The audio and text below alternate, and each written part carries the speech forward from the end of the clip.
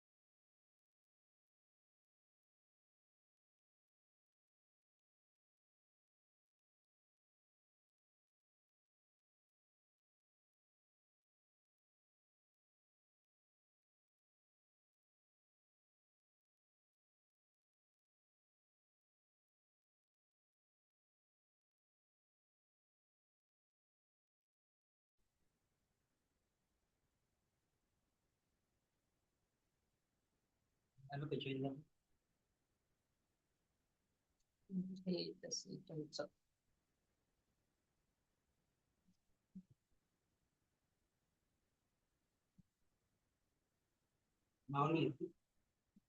सगळ्यांची माईक बंदच आहे.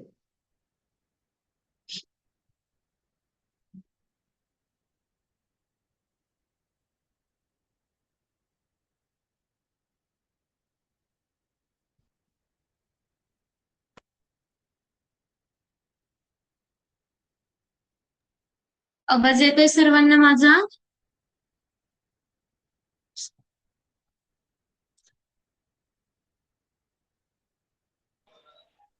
हो येतोय.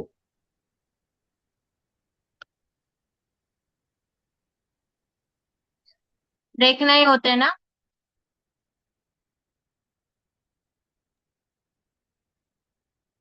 नाही नाही. मला तुमचा आवाज नाही येतोय. चालू येतोय आवाज. हो येतोय, आता येतोय. हं. ठीक आहे. सगळ्यांनी पंचांग आणलंय? हो हो आणलं ना. ठीक आहे. मोठा लाईट.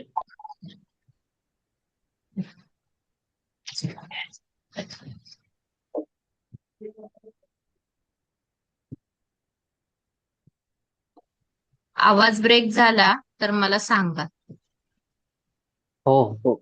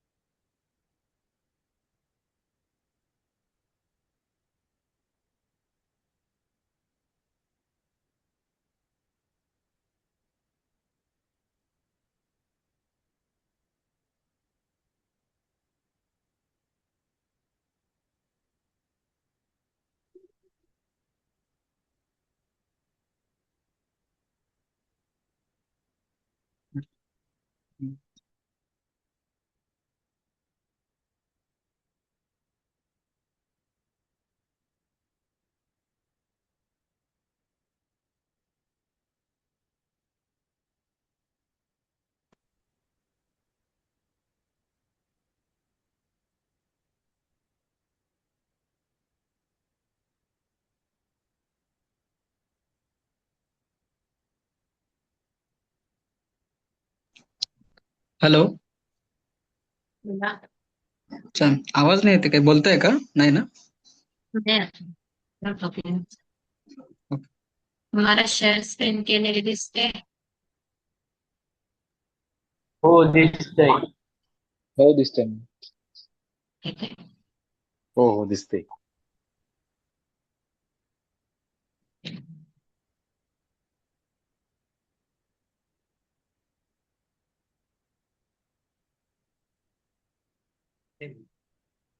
तुम्ही पुढे तिचं सगळ्यांकडे पंचांग असेल, पंचांगाचे फोटो पाठवले, त्याप्रमाणे चित्र असेल, कलर असेल, बरोबर आहे?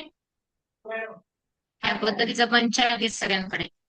पंचांगावर सगळ्यात वरती दिलंय श्री गजानन प्रसन्न, गजानन कहा, किंवा मधल्या पानावर गणपती का. आपण तर म्हणतो ब्रह्मदेवाने पत्रिका लिहिलेली आहे, ब्रह्मदेवाने गाठ बांधली आहे, बरोबर आहे. मग गणपतीचं चित्र सगळ्यात पहिले मध्यभागी गणपती का पत्रिका लिहितं, हा प्रश्न प्रत्येकाला पडेल किंवा खूप जणांना आधी पडला असेल की आपण हा पत्रिका लिहितो तर पत्रिकेच्या ठिकाणी गणपती का. कारण आपण असं ऐकलंय की ब्रह्मदेव या सृष्टीचे रचिता आहे, ब्रह्मदेवांनी सगळ्यांचं आयुष्य लिहिलंय, ब्रह्मदेव सगळ्यांचे आयुष्याचे करतायत, हे बरोबर आहे. पण यामागे काहीतरी एक दंतकथा आहे.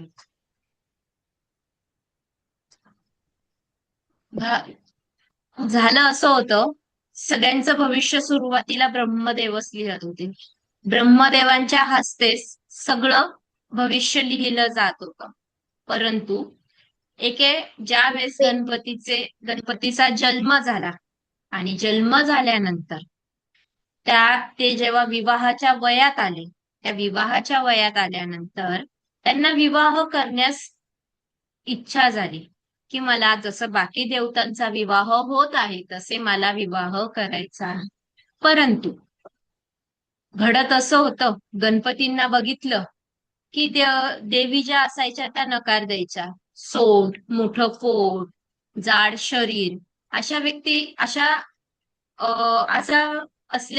असं शरीर असलेला पुरुष पती म्हणून मी कसं स्वीकारू, असं प्रत्येक देवीला प्रश्न पडायचा. म्हणून गणपतींना लग्नासाठी नकार यायचा. मग ते काय करायचे, जिथे कार्यसिद्धी होण्यावर आली, जिथं विवाह होण्याची तयारी सुरू झाली की तिथे ते मोडता घालायचे की नाही. मग ते लग्न होऊच देत नव्हते, लग्नाला अडचणी आणायचं. असं अनेक वेळा झालं, खूप वेळा झालं. शेवटी सगळे देवता वैतागले, तरसले की आता काय करावं. गणपती तर कोणाचं लग्नच होऊ देत नाही, श्री गणेशा पुढे होऊच काही देत नाहीये. मग आता करायचं काय. मग ते ब्रह्मदेवाकडे गेले की आमचा विवाह होऊच देईना गणपती, की कधी करावा आम्ही विवाह, कधी होईल आमचा विवाह, असा प्रश्न आम्हाला पडला. विवाह ठरला, झाला, पण विवाह जसा होणार तिथे गणपती अडचण आणत आहे. मग त्यावेळेस सगळे परेशान झाले होते. मग ब्रह्मदेवांनी युक्ती काढली. ब्रह्मदेवांच्या रिद्धी आणि सिद्धी यांना ब्रह्मदेवांनी असं बनवलं की त्या जन्मतः ज्योतिषी होत्या. काय होत्या? जन्मतः ज्योतिषी होत्या, रिद्धी आणि सिद्धी. त्यांना जगाचं सगळीकडचं ज्ञान होतं. तसं संतोषी माता सुद्धा गणपतींची मुलगी, त्या पण हुशार.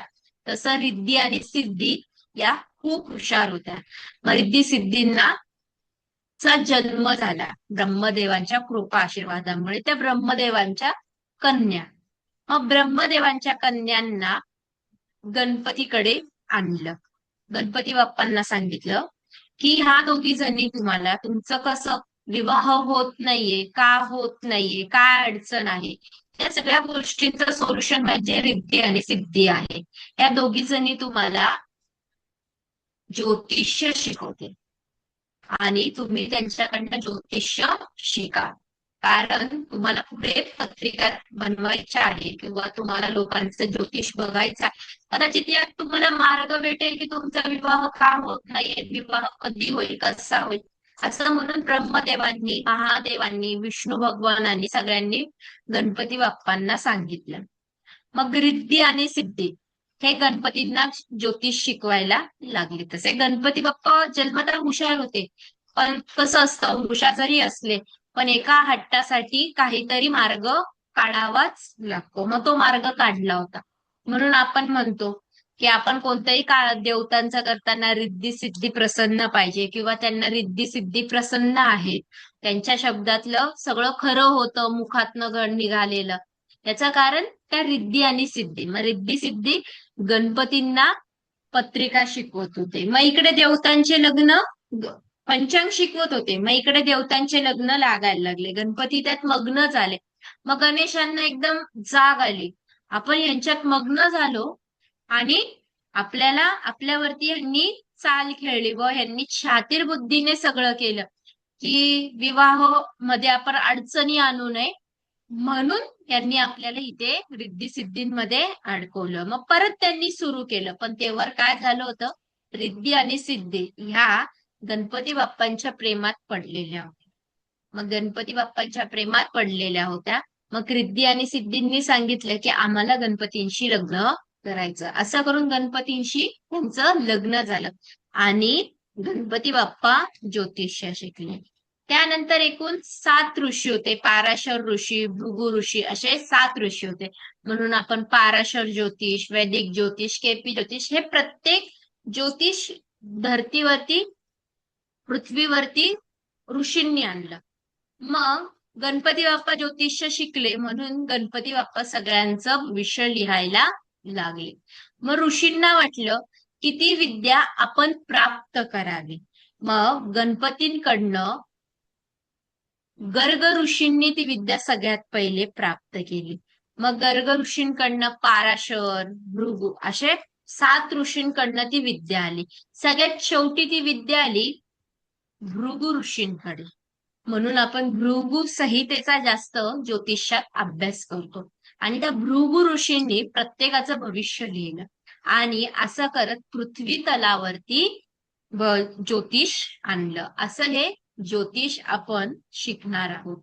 ज्योतिषाला सगळ्यात महत्वाचा नियम असतो की आपण सगळ्यात पहिले गणपतीचं पूजन करावं, पंचांगाचं पूजन करावं, गणपतीची सेवा करावी, रोज गणपतीचं अथर्वशीर्ष म्हणावं, गणपती स्तोत्र म्हणावं. कारण जर ज्योतिष हे शिकणं गरजेचं आहे, तसं युनिव्हर्स कडनं आपल्याला ज्ञात होणं पण गरजेचं आहे. युनिव्हर्स म्हणजे देवतांकडनं ज्ञात होणं पण गरजेचं आहे. ती एक गुप्त विद्या आहे, ती आपल्याला अचानक ज्ञात पण होते. म्हणजे आपल्यामध्ये अचानक ती रुतते. म्हणजे पत्रिका न बघता किंवा काही आपण उपाय जर सांगितले त्यात ती कार्यसिद्धी आणते.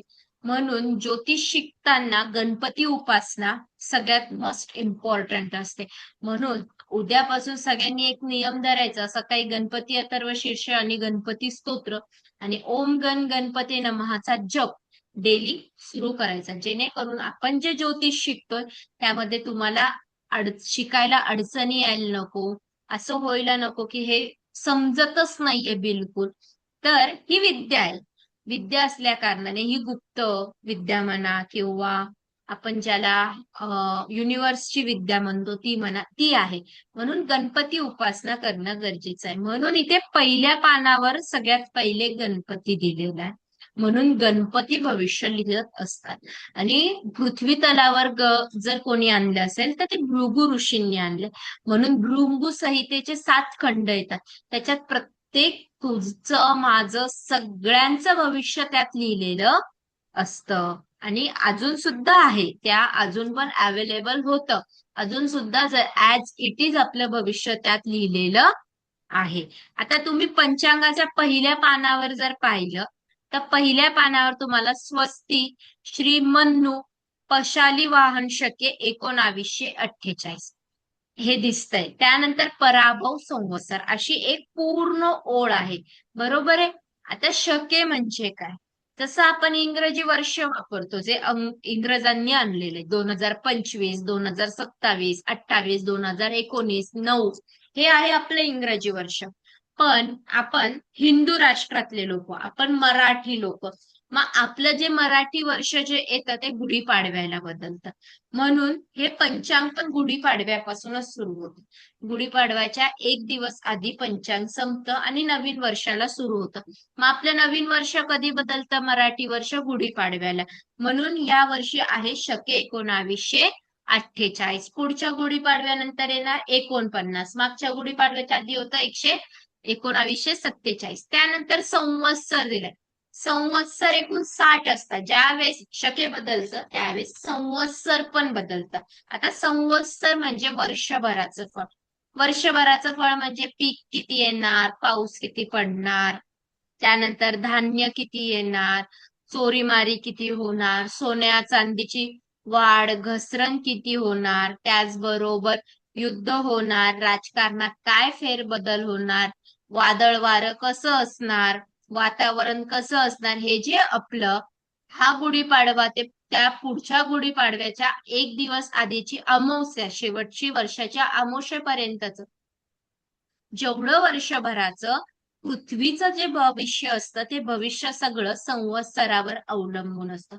या संवत्सरावरच सगळं चालतं वर्षभराचं भविष्य.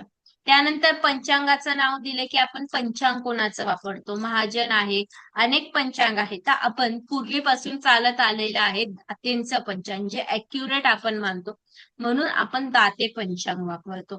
त्याच्या खाली तुम्हाला गणपतीच्या शेजारी इसवी सन म्हणून दिलेलं आहे 2026 आणि 27.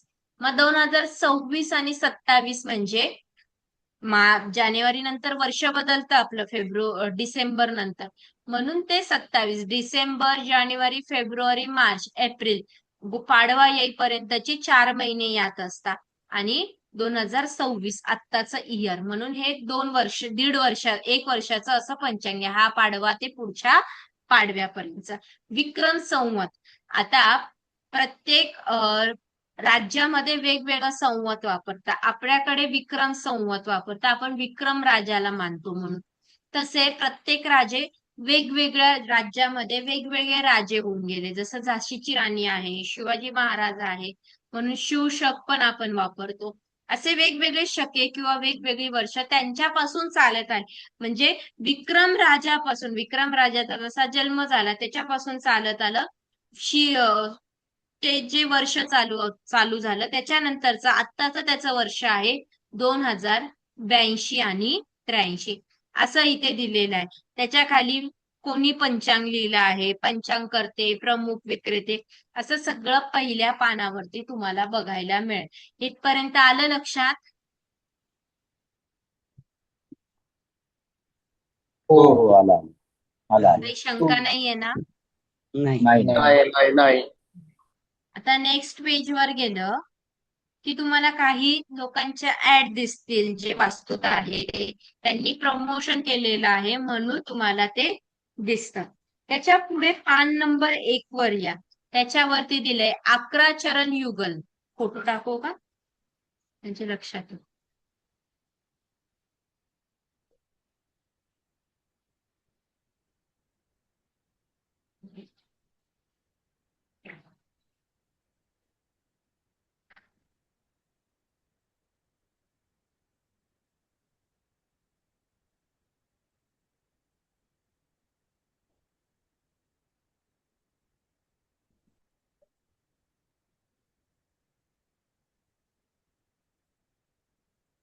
एक पान आहे बघा.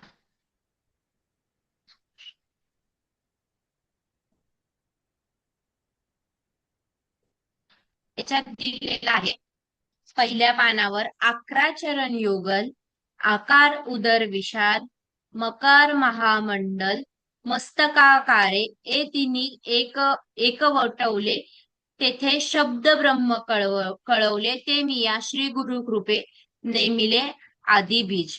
त्यांनी वरती श्लोक दिलाय. श्लोकाच्या खाली परत गणपती बाप्पा आहे.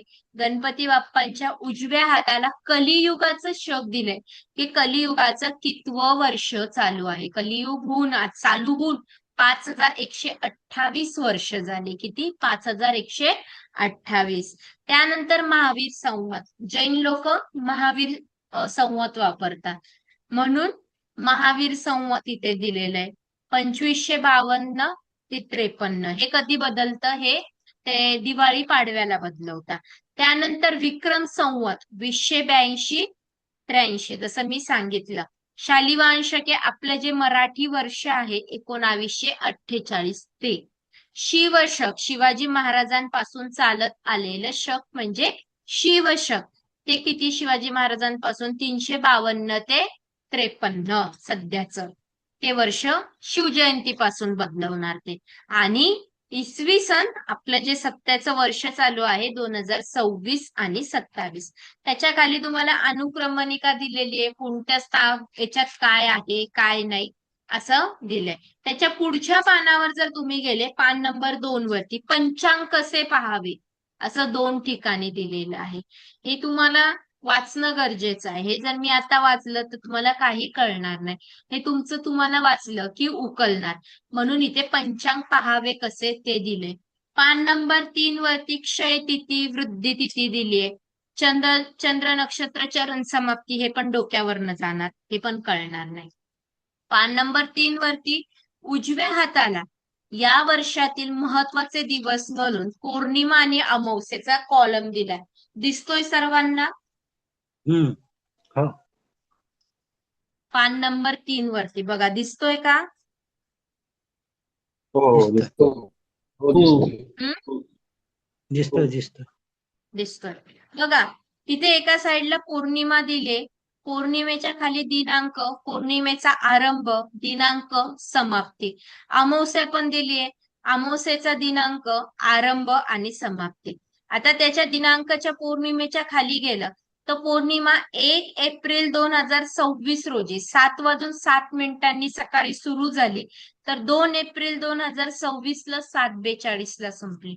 त्याच्या खाली आलं 30/4/2026 ला पौर्णिमा 21:13 म्हणजे रात्रीचे 9:13. हे जे पंचांग आहे हे स्टँडर्ड आपल्या रेल्वे टाइम प्रमाणे चालतं. हे आपल्या रोजच्या घड्याळाच्या काट्याप्रमाणे चालत नाही. रात्रीचे 9 म्हणजे दुपारच्या 12 नंतरचा टाइम बदलतो. 1 मे 2026 ला ही पौर्णिमा 22:53 म्हणजे 10:53 ला संपला. म्हणून सगळ्यात पहिले आपल्याला घड्याळाचे टायमिंग शिकून घ्यायचे. सर्वांनी वहीमध्ये लिहा एका साईडला घड्याळाचा टायमिंग आणि दुसरीकडे लिहा पंचांगाचा टायमिंग. असं लिहा. मध्ये कॉलम करा.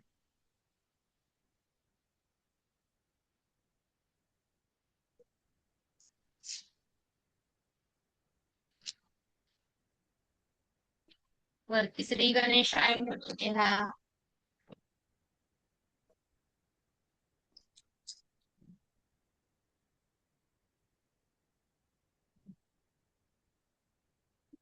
व्हाईट बोर्ड दिसतोय सर्वांना?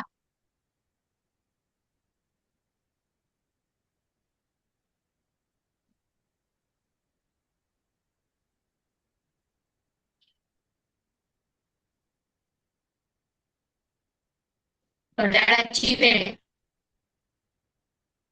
त्यांना दिसत नसेल त्यांनी बॅक होऊन परत जॉईन व्हा. पंचांगाची वेळ असे 2 कॉलम करा. आपण सकाळी 7 वाजेपासून घेऊ. लिहा सकाळी 7. त्याच्याबरोबर पंचांगाची वेळ घ्या सकाळी 7. असं लिहायचं लक्षात आलं ना?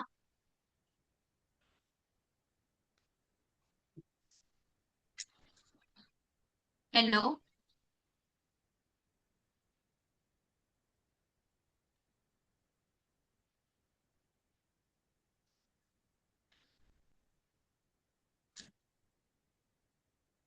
सकाळचे 7 ज्यावेळेस घड्याळात वाजतात त्यावेळेस पंचांगातही तुम्हाला सकाळी 7 म्हणूनच उल्लेख दिसेल. सकाळचे 8 ज्यावेळेस वाजतात तेव्हा पंचांगामध्ये वेळ पण दिसणार 8.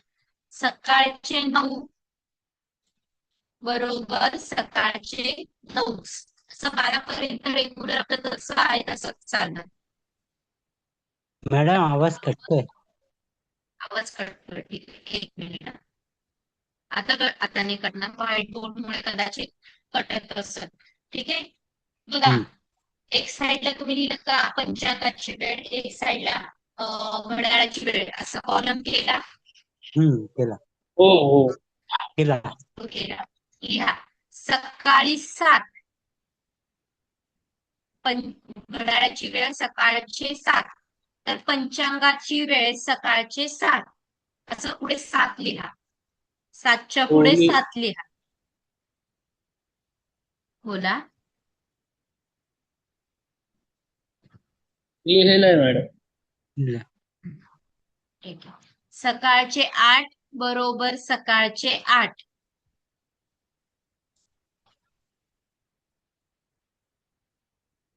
सकाळचे 9 बरोबर सकाळचे 9. पंचांगातही 9. सकाळी 11 बरोबर पंचांगातही 11च दिसतील.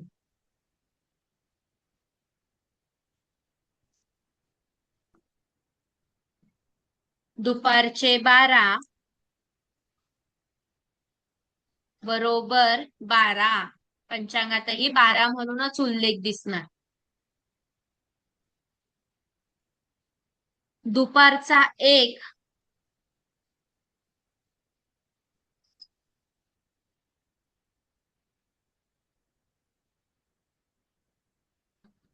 तर पंचांगात दुपारच्या 1ला 13 म्हणून उल्लेख असतो. लिहा 13. 1 बरोबर 13.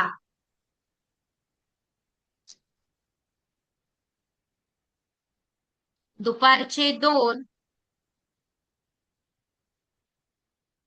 बरोबर 14.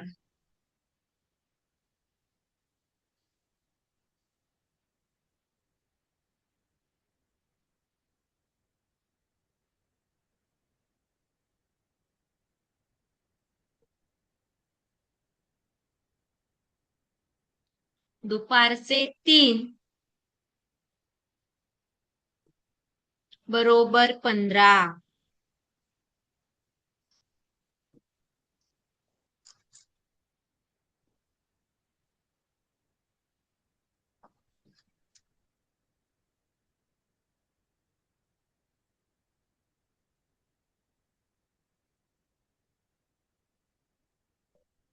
दुपारचे 4 बरोबर 16.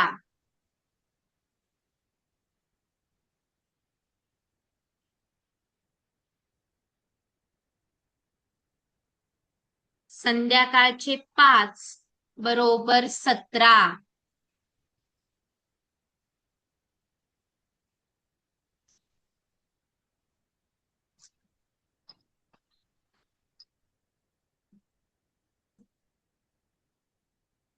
संध्याकाळचे 6 बरोबर 18.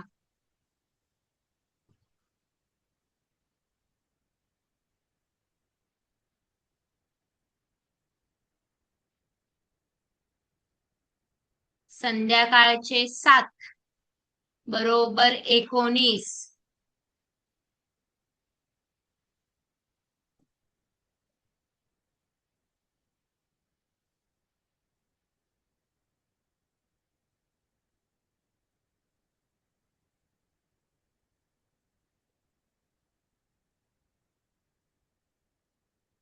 संध्याकाळचे 8 बरोबर 20.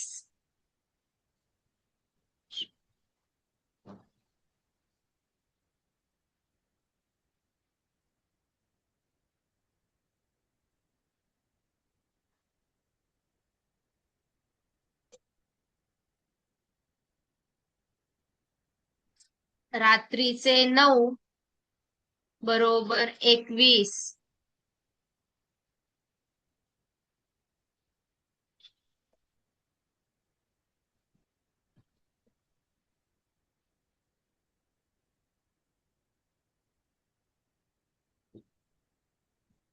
रात्रीचे 10 बरोबर 22.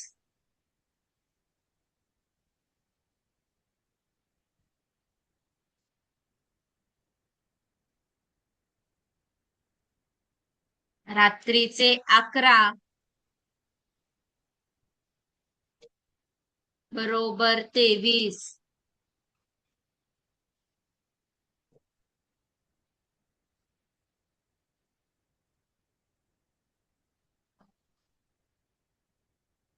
रात्रीचे 12 बरोबर 24.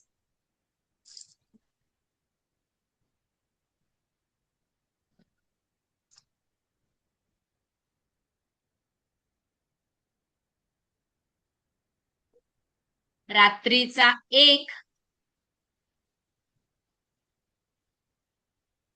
बरोबर 25.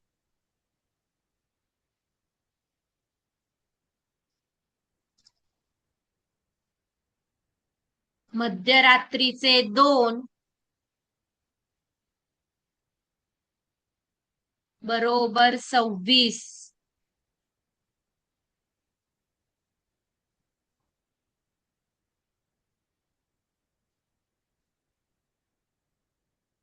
मध्यरात्रीचे 3 बरोबर 27.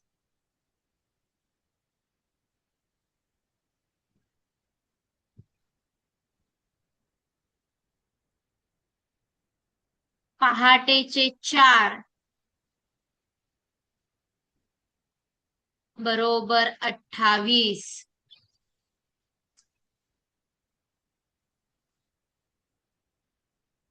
पहाटेचे 5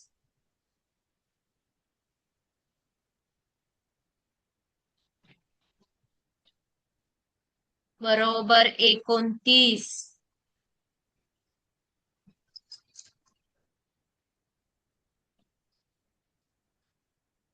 आणि सकाळचे 6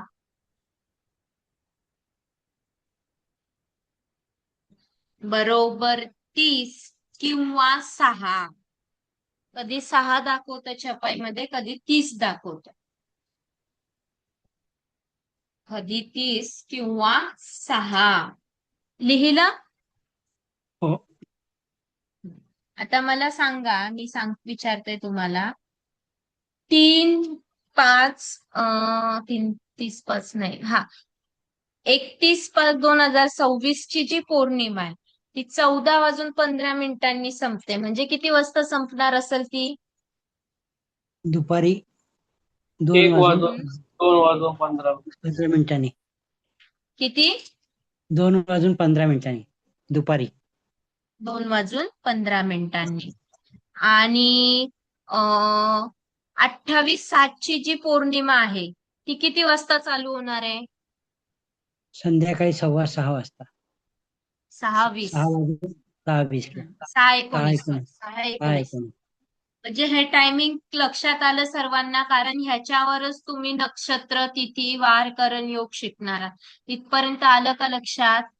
आलं हं? आलं आलं. हो, आलं. आलं. सगळ्यांना आलं? हम्म. हो. हो. हा. आता इथे पुढे गेलं की खाली तुम्हाला संकष्ट चतुर्थी दिलाय. वर्षभराच्या संकष्टी चतुर्थी कोणत्या महिन्यात कधी येणार आहे ते दिलेलं आहे. ज्याच्यावर स्टार अशी फुली आहे त्या अंगारिका चतुर्थी आहे असं त्यांनी सांगितलं आहे. त्याच्या बाजूला गुरुपुष्यामृत योग दिलाय, ज्या दिवशी आपण शुभ मानतो. ते गुरुपुष्यामृत योग किती तारखेला आहे, किती वाजेपर्यंत आहे ते सांगितलंय. त्यानंतर ग्रहांचं अस्त लागतं. अस्त किती तारखेला लागतंय, किती तारखेला संपतंय ते पण त्यांनी दिलेलं आहे. त्यानंतर कर दिन, करीची आपण शांती करतो. जातक करीला जन्माला आला तर कोणती कर आहे, किती तारखेला आहे ते सांगितलंय.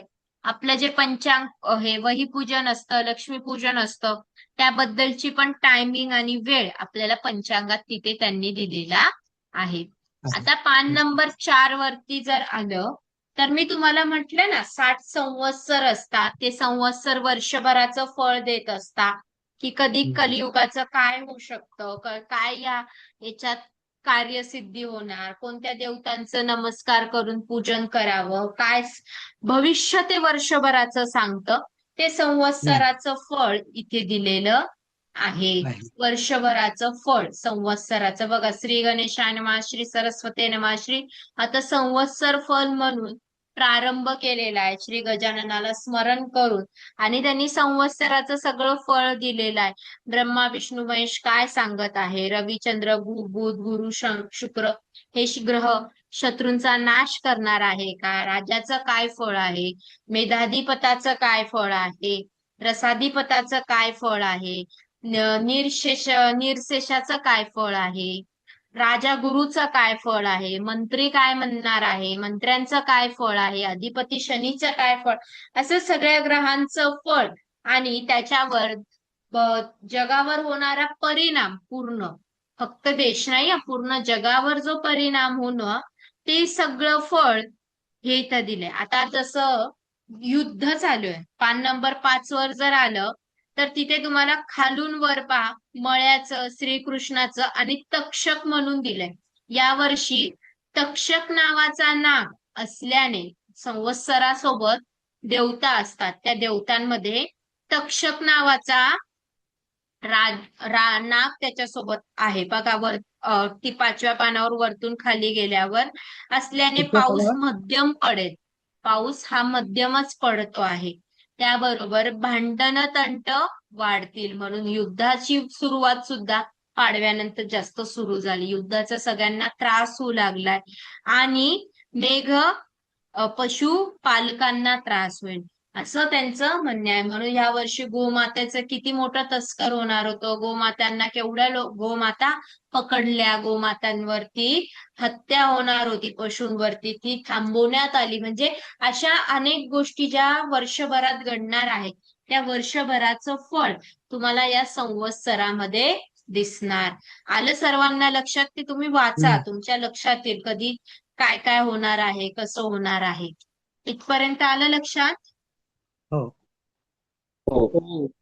हो हो आलं आलं आलं.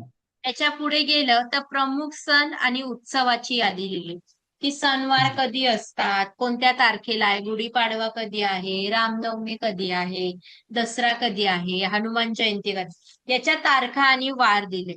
त्याच्या खाली वर्षाचं आपल्याला ग्रहांचा राशी प्रवेश दिलेला आहे. आपण पुढे पंचांग शिकताना कुंडली शिकल्यावर हे आपल्याला लागणार आहे. कोणत्या राशीत कोणता ग्रह कधी प्रवेश करतोय, त्याचं भ्रमण कसं आहे ते सांगण्यात आलंय. ते आता काही कळणार नाही. पान नंबर 6 वरती सुद्धा आपण ज्यावेळेस पंचांग शिकणार आहोत पूर्ण त्यावेळेस 6, 7 हे तुम्हाला शिकायला भेटणार. आता पान नंबर 8 आणि 9 काढायचं. काढलं? हो काढलं. हो. हम्म. त्याच्यात दिलेलं आहे अवखडा चक्र. अवखडा हे नाव अश्विनी नक्षत्राचा अशा कृत्तिका नक्षत्राचा ह नावाचं पुष्य नक्षत्रात ह हे अक्षर आहे म्हणून ड हे अक्षर असलेल्या नक्षत्र आहे. अशा रचनेनुसार त्याला अवखडा म्हणून नाव दिलंय. इथे 27 नक्षत्र आहे. आता इथे एक अंक दिलाय, तिथे तुम्हाला बघा अश्विनी, भरणी, कृत्तिका, रोहिणी, मृग असे लागोपाठ दिसेल आश्लेषापर्यंत.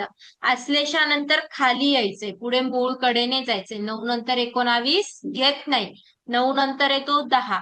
10 मध्ये आलं तर मग हा पूर्वा, उत्तरा, हस्त, चित्रा, स्वाती, विशाखा, अनुराधा, ज्येष्ठा, मूळ, पूर्वाषाढा, उत्तराषाढा, श्रवण, धनिष्ठा, शततारका, पूर्व भाद्रपदा, उत्तरा भाद्रपदा, रेवती अशी 27 नक्षत्र आहेत.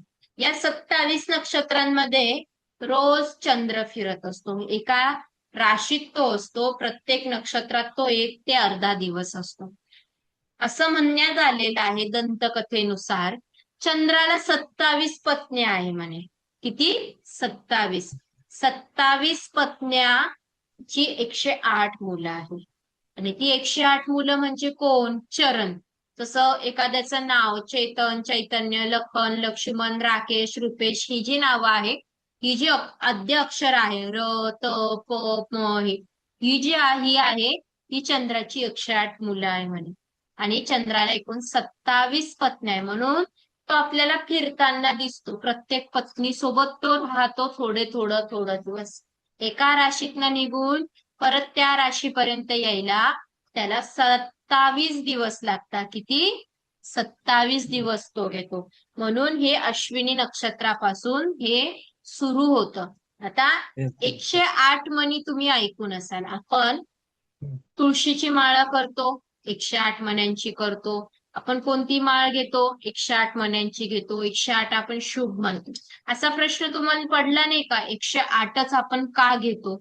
108च मणी का मानतो?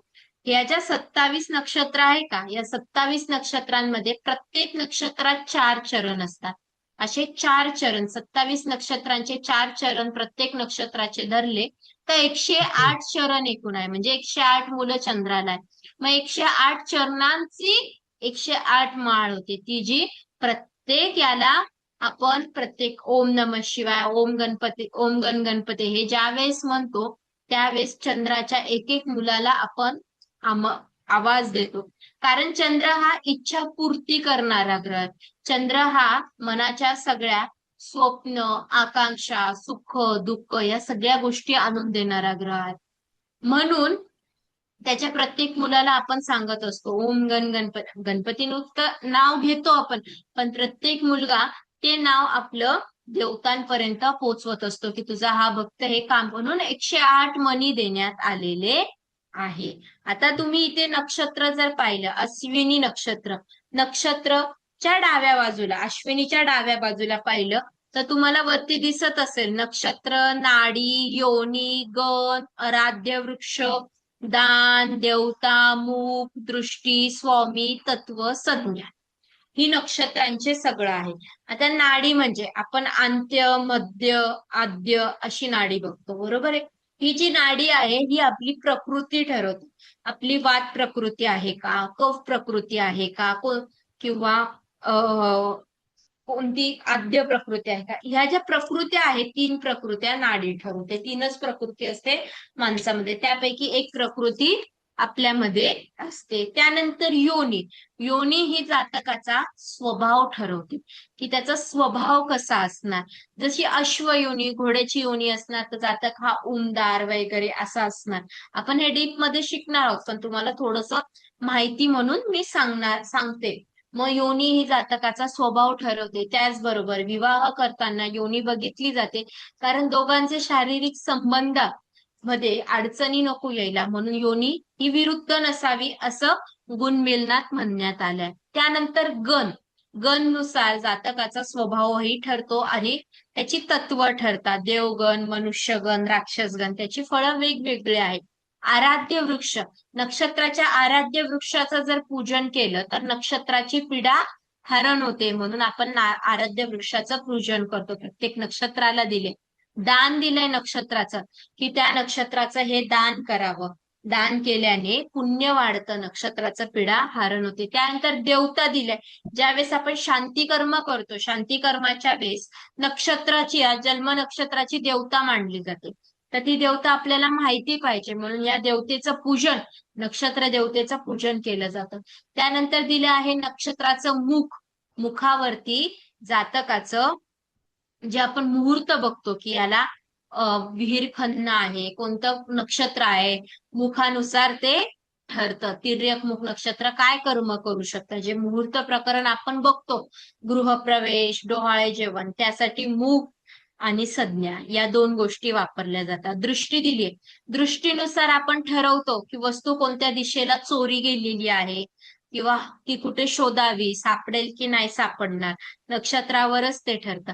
नक्षत्राला लॉर्ड आहे. लॉर्ड म्हणजे स्वामी. जसं आपण आपल्या घरात आई वडिलांच्या आज्ञेत चालतो, लग्नानंतर पती पत्नी एकमेकांच्या आज्ञेत असतात, फॅमिलीच्या अंडर असतात, त्या आधिपत्याखाली आपण काम करत असतो. किंवा आपण एखाद्या ठिकाणी जॉब करतोय, तर जॉबला सुद्धा आपल्या डोक्यावरती मॅनेजर असतो, त्याच्या अंडरमध्ये आपण त्याच्यानुसार काम करत असतो. तसं प्रत्येक नक्षत्र हे त्याच्या स्वामीनुसार काम करत असतो. त्याचा स्वामी कोण आहे, त्या स्वामीवर डिपेंड असतं नक्षत्र, आणि नक्षत्र त्यानुसार त्याचं काम करत असतं, त्या ग्रहानुसार काम करत असतं. त्यानंतर येतं तत्व. वायू, पृथ्वी ही जी तत्व आहे त्या तत्वानुसार जातकाचं राहणीमान, स्वभाव डिपेंड करतो. संज्ञा, मी जसं सांगितलं, मुहूर्तासाठी बघितली जाते. हे नक्षत्र झालं. त्याच्या खाली आलं तर पीडा दिवस म्हणून दिसेल. प्रत्येक चरणाला एखादा जर त्रास सुरू झाला, बाहेरची बाधा आहे, काही असो, ती किती दिवसांची आहे ते दिले. चरण अक्षर दिलेले, मी जसं 108 चरण बोलली तर ते चरण अक्षर दिलेली आहे. चरणांचे अंक 1, 2, 3, 4 ही दिलेली आहे. जसं नक्षत्राला स्वामी आहे तसं चरणाला पण स्वामी आहे. जसं चैतन्य नाव आहे, चेतनचा स्वामी, त्याच्या बघा चेच्या खाली शिव आलाय. शिव म्हणजे शुक्र. चेतनचा स्वामी शुक्र आहे, मग तो शुक्राच्या आधिपत्याखाली चालत आहे. त्यानंतर नवमोश समाप्ती, नवमोश कुंडलीसाठी बघितलं जातं, नवमोश राशी नवमोश साठी बघितल्या जातात. त्याच्या खाली आश्वी नक्षत्राची राशी दिलेली असते. जसं इथे मेष दिले राशी, राशीचा स्वामी दिलेला असतो. ती सुद्धा एका ग्रहाच्या ग्रहांशिवाय काहीच नाहीये. ग्रहांच्या आधिपत्याखालीच नक्षत्र स्वामी चालतात. स्वामी दिलाय, त्याचा वर्ण दिलाय की तो कोणत्या जातीचा आहे. वश्य दिलाय, तो कोणत्या पायी आलाय, आणि त्याचं तत्व काय आहे हे सगळं इथे दिलेलं आहे. आणि यानुसार आपण जातकाचा स्वभाव, जातकाचं राहणीमान हे सगळं ठरवत असतो. त्यासाठी अवखडा चक्र पाहिलं जातं. इथपर्यंत आलं लक्षात? हो. हो. हो मॅडम. हे अवखडा चक्र शिकायला आपल्याला 3 ते 4 दिवस जाणार. 3 ते 4 नाही, जवळजवळ 8-10 दिवस जाणार आहे. हे मी तुम्हाला शॉर्टकट सांगितलं.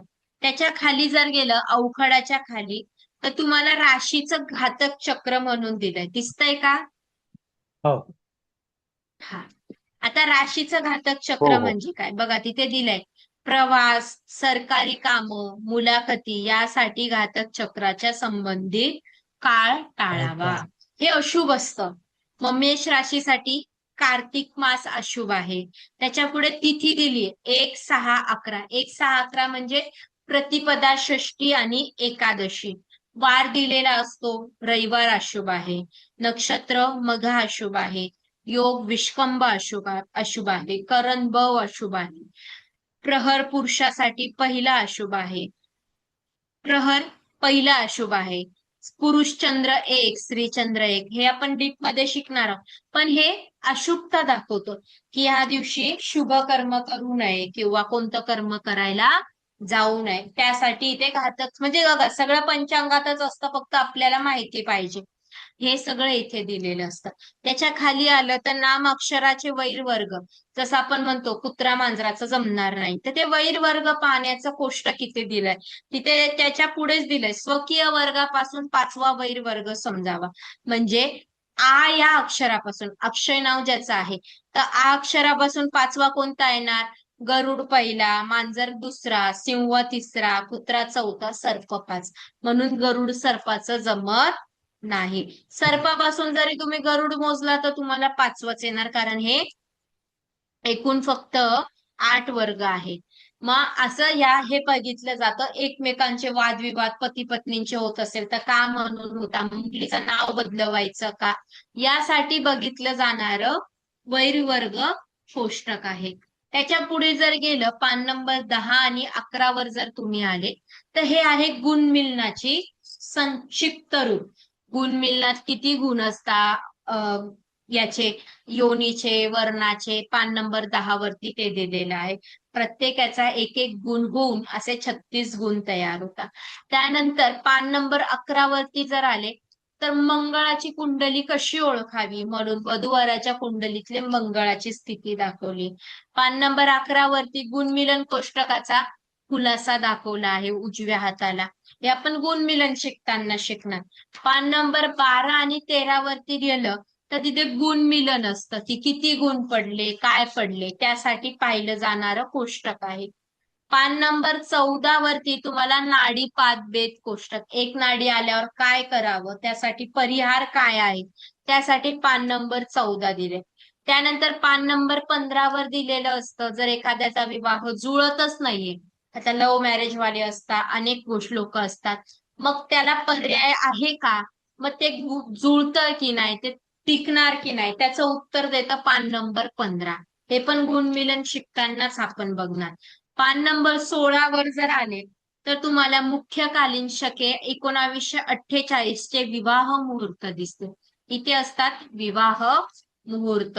विवाह मुहूर्तानंतर पान नंबर 18 वरत दिलेलं असतं गुरु पालट कधी होणार, शनी पालट कधी होणार, 7.5 कोणाला लागली, मुंज गुरुबल कसं पाहायचं, विवाह उपनय मुहूर्त संबंधित खुलासा कसा करायचा, गोरज मुहूर्त वेळ कशी पाहायची, असं संक्षिप्त दिलं. यासाठी वाचन पंचांगाचं सगळ्यात महत्वाचं आहे. पान नंबर 21 आणि 22 वरती आपत्कालीन गौणकालीन मुहूर्त. आपत्कालीन आणि गौणकालीन मुहूर्त म्हणजे काय, जे शास्त्रानुसार अमान्य आहे. जसं अधिक मासात मुहूर्त काढता, अस्तात काढता, भाद्रपदात काढता, पितृपक्षात काढता, असे मुहूर्त काढले जातात. मग ते आपत्कालीन म्हणून म्हटलं गेलेलं. म्हणून ते आपत्कालीन गौणकालीन मुहूर्त त्याला पान नंबर 20 आणि 21 वरती. आता ते वेळेअभावी लोक ऐकत नाही, बाकी पंचांग द्यायला लागले, रुईकर महाजन, म्हणून दाते पंचांगाने सुद्धा गेल्या 2 ते 3-4 वर्षापासून सुरू केलं. पान नंबर 22 वरती तुम्हाला वास्तुशांती आणि गृहप्रवेशाचे मुहूर्त दिसतील आणि वास्तू संबंधित उपयुक्त सूचना, वास्तुशांती संबंधीची माहिती दिसेल. पान नंबर 23 वरती पण तुम्हाला भूमिपूजन, पायभरणी पूजन, प्राण प्रतिष्ठेचे मुहूर्त दिसतील. पान नंबर 24 वरती सुद्धा पुढच्या वर्षीचे विवाह, 27 मधले विवाह, उपनय, विवाह मुहूर्त दिसतील. त्यानंतर पान नंबर 25 मध्ये ह्या वर्षी अधिक मास आहे, तर कोणती कर्म करावी, कोणती कर्म करू नये, कार्तिक स्वामींचं दर्शन कधी घ्यावं, कधी घेऊ नये, या सगळ्या गोष्टींचा खुलासा केलेला असतो. त्यानंतर पान नंबर 26 आणि 27 जे आपली वर्षभराची सणवार होता, त्या सणवाराला काय कर्म, काय पूजा विधी केली जाते, कशी करावी, कोणती करावी, काय करावं, हे सगळं तुम्हाला पान नंबर 25 आणि 26 वरती दिसेल. आणि मग पान नंबर 28 पासून सुरू होतंय पंचांग, जिथे आपण छके, तिथी, वार, करण, योग, नक्षत्र हे सगळं बघत असतो. असं हे पंचांग आपल्याला उद्यापासून शिकायला सुरुवात करायची आहे. कोणाला इथपर्यंत काही शंका आहे? नाही. नाही. कोणाला काही नाही. कळलं नाही असं काही आहे? हम्म. कळलं. नाही नाही, कळलं कळलं. कळलं ना? हम्म. हो हो हो. ठीक आहे, मग आज आपण इथंच थांबूया. उरलेलं अवखाडा चक्र उद्यापासून शिकूया. उद्यापासून आपण जातकाचं नाव, रास काढायला शिकणार आहोत. अवखाडा चक्र शिकलं म्हणजे तुम्हाला नाव, राशी, गण, करण, योग या गोष्टी लक्षात येतील. ठीक आहे? हो होय. हो मॅडम. ठीक आहे. हो हो. आपण थांबूया आता. जय श्रीराम, जय परशुराम. जय श्रीराम. जय श्रीराम. जय श्रीराम. जय श्रीराम.